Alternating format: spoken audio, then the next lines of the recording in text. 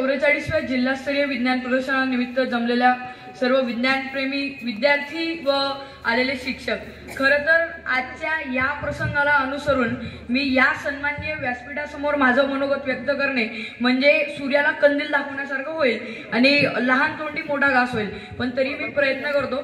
खरं तर विज्ञान प्रदर्शन म्हणजे आम्हा विज्ञानप्रेमी विद्यार्थी आणि शिक्षकांचा लग्न सोहळा। सर्व ठिकाणी गजबज विद्यार्थी।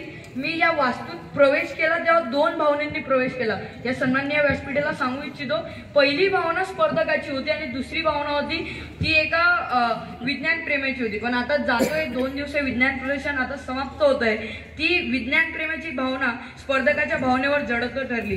खरं तर आपण गटकार्य कसं करावं हे आमच्या प्रकल्पांनी आम्हाला शिकवलं, पण गटकार्य कसं करावं हे दाखवलं तर या महाराणा प्रताप विद्यालयाने। खरं तर इथले सर्व शिक्षकेतर कर्मचारी असतील, जे काही शिक्षक असतील, अतिशय बहुमोलाची कामगिरी त्यांनी केली।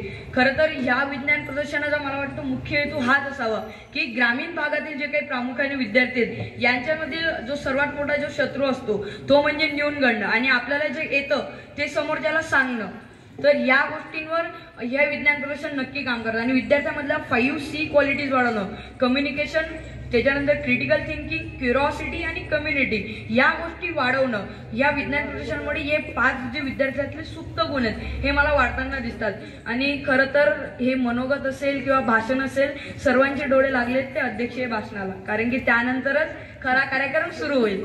खरं तर जे काही चिंताग्रस्त जे काही विद्यार्थी आहेत आणि त्यांच्याहून जास्त त्यांचे शिक्षक आहेत, खरं तर पारितोषिक कोणाला मिळेल नाही मिळेल, पण माझ्या आईने मला एक खूप सुंदर गोष्ट सांगितली की जिंकणारा हा विजेता असतो, पण जो कुठेतरी कमी पडतो हा जेता असतो। विजेत्याने जर मन जिंकलेली असतील तर जेत्याने हे जग जिंकलं असतं। तर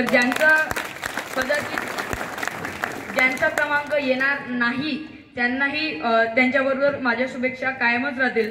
आणि शेवटी एक खूप सुंदर ओळ कोणीतरी लिहिलेली कि काम ऐसा करो कि आपका नाम बन जाए और तुम कदम ऐसे चलो कि अलग पहचान बन जाए, और तुम यहाँ जिंदगी तो हर कोई काट लेता है लेकिन तुम जिंदगी जियो इस कदर कि वो एक मिसाल बन जाए, वो एक मिसाल बन जाए। धन्यवाद।